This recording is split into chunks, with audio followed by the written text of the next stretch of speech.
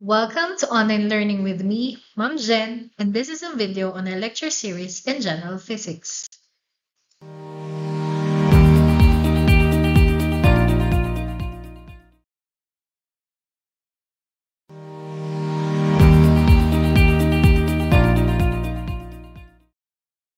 In our previous video about circular motion, we have a learning check problem, and we're going to solve this problem now. Okay?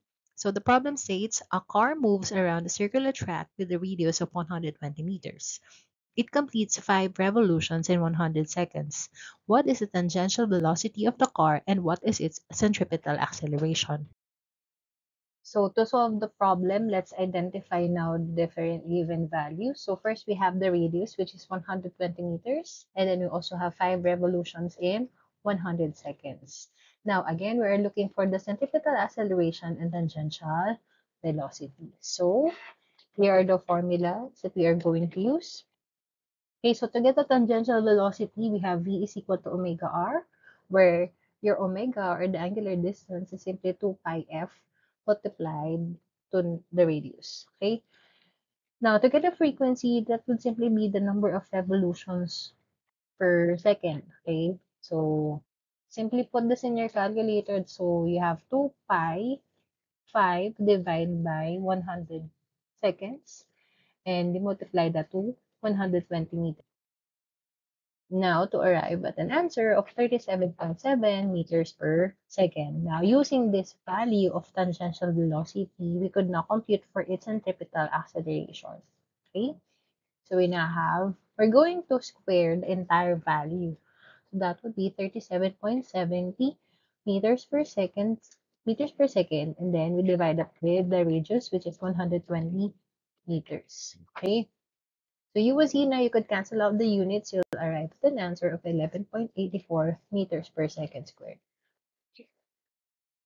So I hope that's clear. And with that understanding on circular motion, we can now proceed with rotational equilibrium, wherein our focus in this video would be about torque. Okay. When we say an object is in rotational equilibrium, it means it is spinning at a constant angular speed and about an axis. Okay, so in this situation, there's no speeding up or slowing down. So it is balanced in its motion.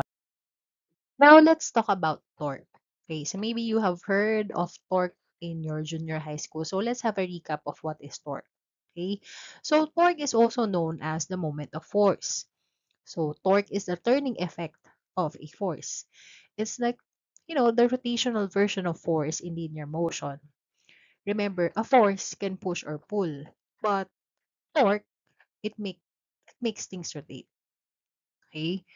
So it is also known as the effectiveness of the force in producing rotation about an axis.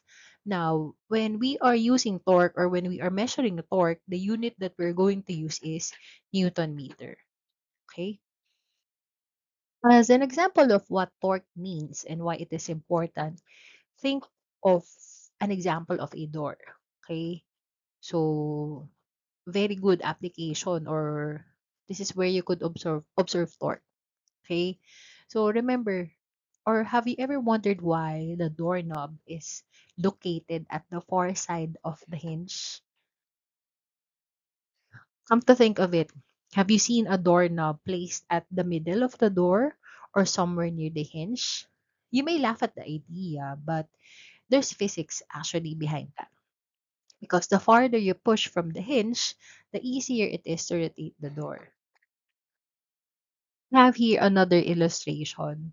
So as you can see in figure A, so if you're going to apply now the force here at the hinge, there will be no torque. Obviously, there will be no rotation. If if you're going to look at figure B, so if you put now or if you apply force at this part at the end of the door, there's plenty of torque. Okay, so magkakos siya or it would cause now a bigger rotation.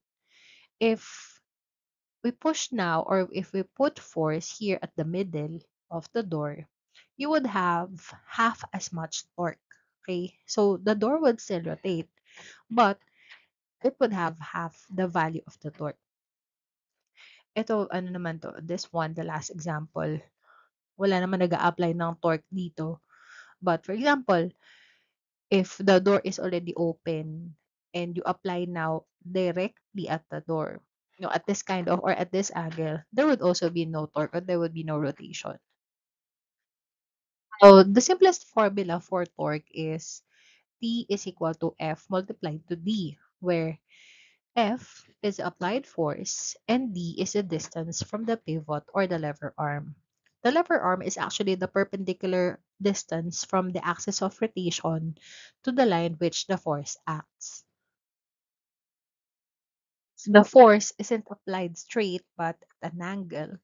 Then we're going to compute the torque with the sine of the angle. Okay, so the formula now would be T is equal to FD sine theta. Okay, so the sine of the angle tells us how effective the force is at making something rotate. Okay, so usually the bigger the angle, the less effective the force. Now, in physics, we're going to assign signs to torque. Okay, so if the force makes the object rotate counterclockwise, the torque is positive. Okay? Counterclockwise. Ganyan. Imagine your clock. So, opposite that. So, that would be positive. If it makes it rotate clockwise, okay? So, follow now your clock. So, clockwise, the torque now would be negative. Okay? Or if you compute a value and you observe that the torque is positive, for example, you don't have a diagram, you can't visualize it, but you started computing for the torque and your value is positive, it it means that the resulting rotation is counterclockwise. If it's negative, it is clockwise. Now here's a sample problem. Alpi is pulling a door with a force of 210 newtons to open it. The doorknob is 72 centimeters away from the hinges. Now determine the torque if Albi pulls straight back on the doorknob as opposed to pulling at a 65-degree angle from the door. Okay, so let's have a diagram for this. So the first situation, si Albi daw would be pulling the door straight back. Okay. The second situation, there is an angle. So, at the 65-degree angle yung pag-open ng door. Okay? So, let's have this. So, now let's solve the problem. So, let's identify now or let's write the given value. So, we now have the force, which is 210 newtons. Then we have now the distance, which is 72 centimeters. And in the second situation, we have an angle of 65 degrees. So, again, we're looking for torque. Okay?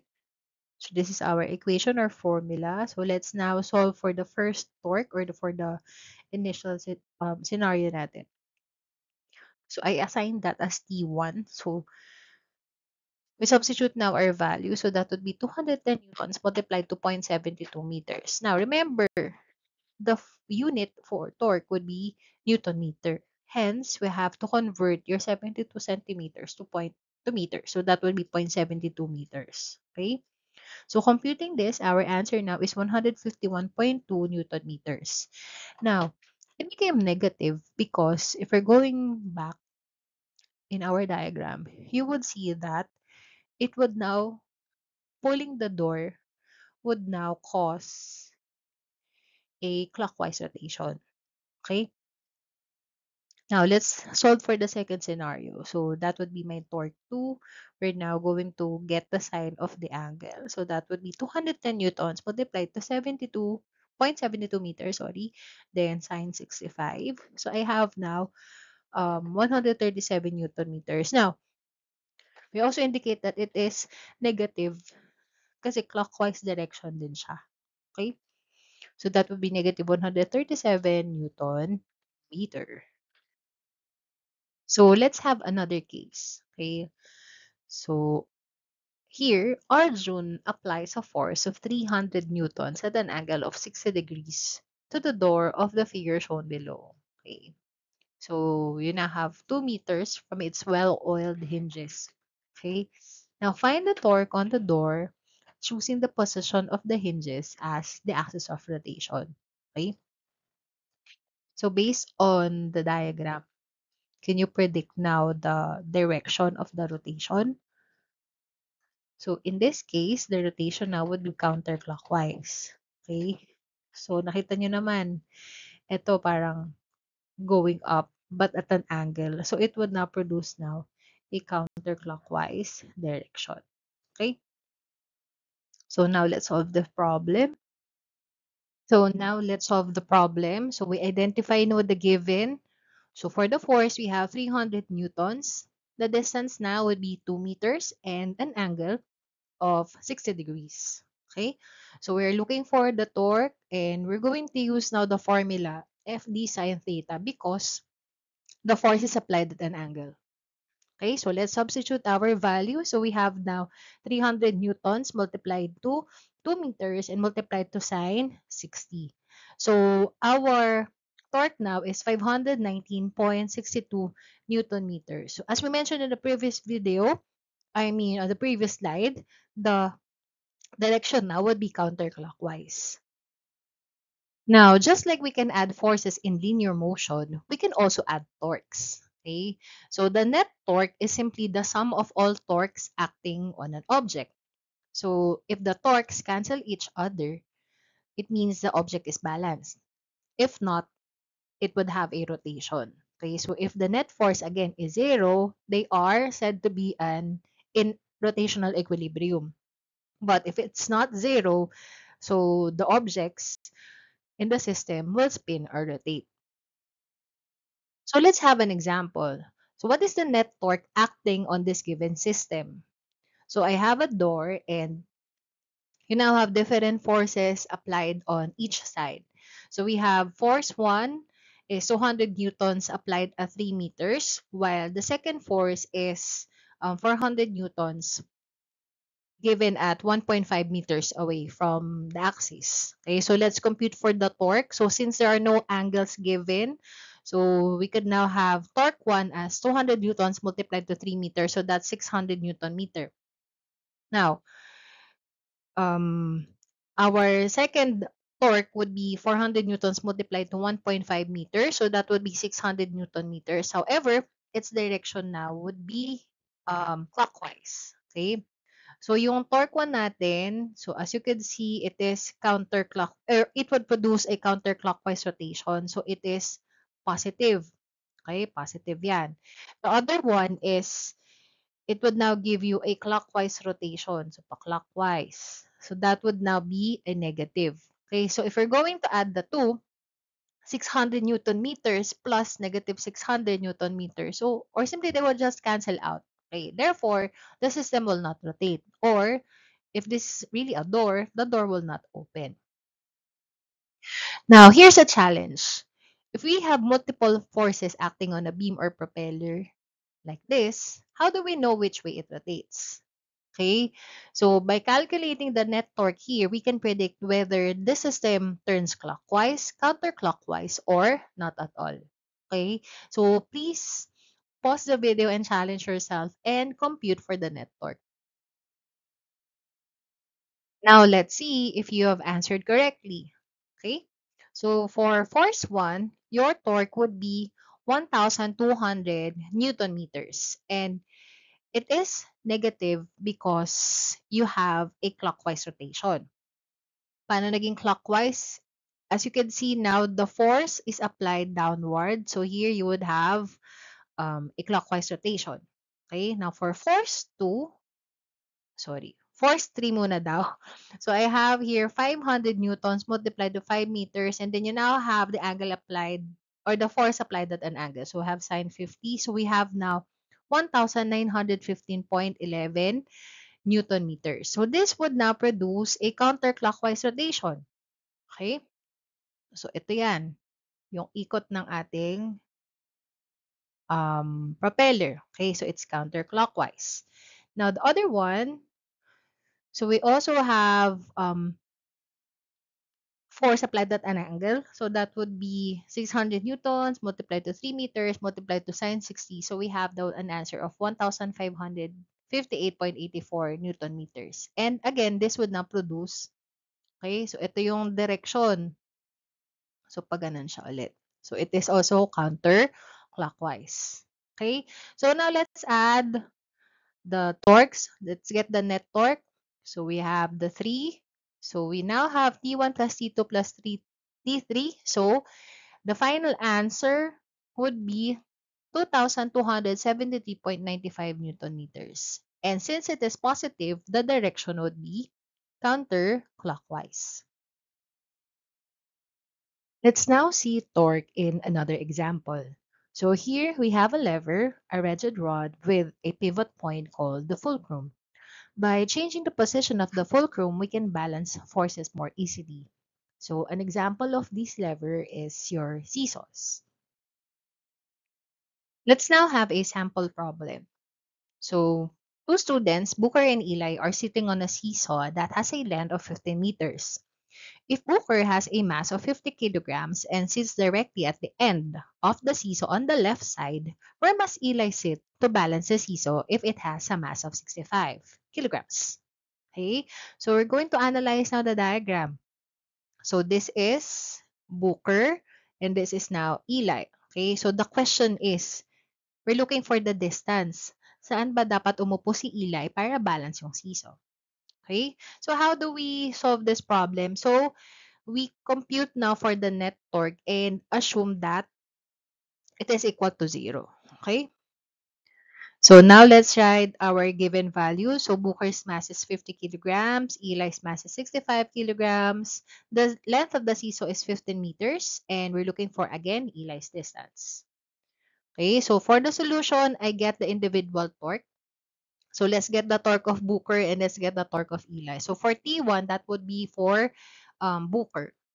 So for the force, I'm going to use the weight. Okay? Kaya natin i-multiply sa 9.8 meters per second squared. Okay? So to get the force and to arrive at a proper value, okay, or proper unit of Newton meter. So that would be final answer for the torque one, it is 3,675 Newton meters. Now for Eli, I now have 65 kilograms multiplied to 9.8 meters per second squared. Then we have D, or the unknown. And the answer would be 637 Newton multiplied to distance. And the answer is negative. Now, how do I identify now the signs? Okay? So, if we remember, so if this is the seesaw, okay? Yan yung seesaw, nandito yung gitna. Okay?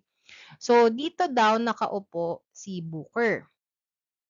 Okay? So, si Booker, ano yung direction na mapaproduce niya pag umikot siya dyan or pag nag-play silang seesaw. Okay? So, it would now produce a counterclockwise direction. Hence, positive siya.